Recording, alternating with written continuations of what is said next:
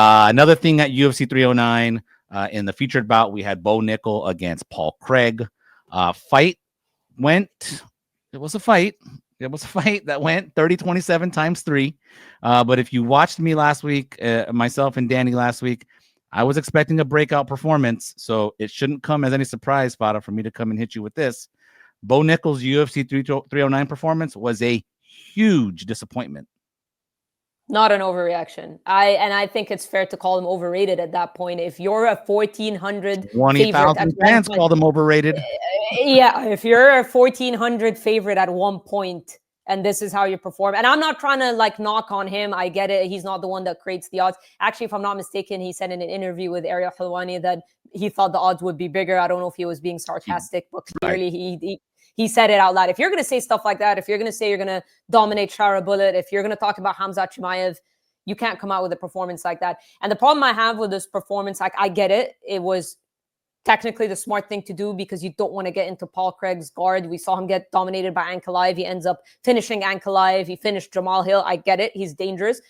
But you look at someone like Khamzat Chimaev. Khamzat Chimaev is not scared to grapple with anybody. Like he just goes out there. Like if you're the standout wrestler, I would have thought at least you would have dabbled a little bit in that world. And he kind of alluded to that in media day that he'd do it. Like he has no problem doing it. So to come out there and have a striking battle with a guy, no offense in Paul Craig, but no threat or crazy threat on the feet. Like this isn't Khamzat Whitaker where Whitaker is really dangerous on the feet. It's like Paul Craig isn't exactly known for his striking. So for you to just kind of lunge overhand rights and just have a lackluster striking affair and to call your performance picture perfect after that, I don't know. I have an issue with all that. And don't get me wrong, I still think there's potential. I'm not ready to write him off of one performance. I need to see more. But I just think he needs to kind of slow his roll. Dana kind of talked about that a little bit because he talks a big game. That's the only issue I have. I don't have a problem with the confidence. You have to be confident to succeed.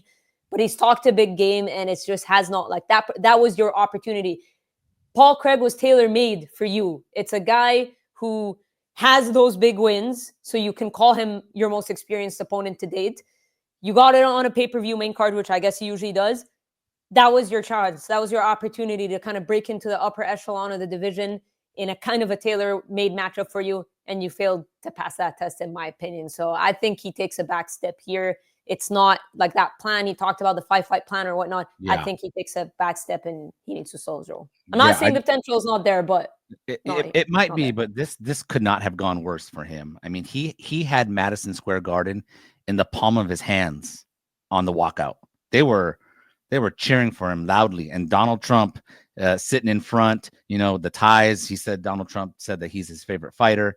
He had the Garden in the palm of his hands during the walkout. And then 15 minutes later, he had 20,000 people chanting overrated. And I couldn't blame them. You know, just like you said, you cannot come into this fight saying you're going to beat Shara Bullet in 90 seconds. You know, you can't be talking about Khamzat and then give us that performance. The problem I had was he's got work to do with his hands. The striking that I saw, a lot of left-handed, double left-handed punching. You know, it just didn't look. He's got work to do in that department. And I don't know, where do you think he goes next? Like, what's the right opponent for him? I don't think he can fight anybody in the top 15, can he?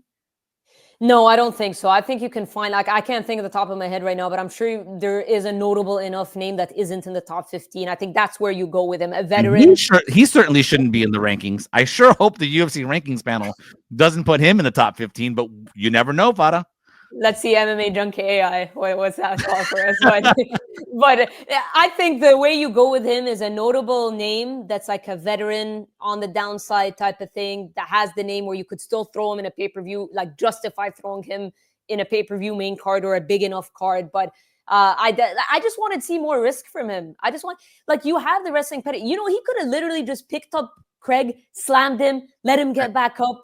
Just, you don't have to jump in his guard. Like, I'm not saying like chill in his guard and get caught in something, but just kind of show something off. Like, even freaking Michael Chandler managed to give us something when he was down and getting dominated so badly. Give us something, like slam Paul Craig down, tell him to get back up, strike with him a little bit, slam him down again, like show off something. You know what I mean? That's the only issue I had with him. No risk taking. It was lackluster. He heard the crowd.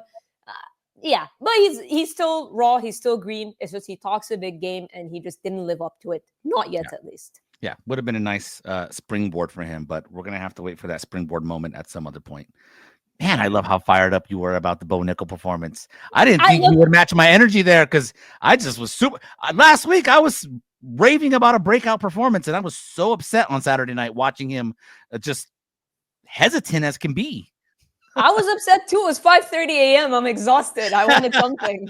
I thought he was going to be one of the performance of the night bonuses. That's what I thought too. I truly thought that. So I don't mean to like crap on him, but the expectations are high from us too. So that's a compliment in a way. But I just say like he needs some work. MMA Junkie AI.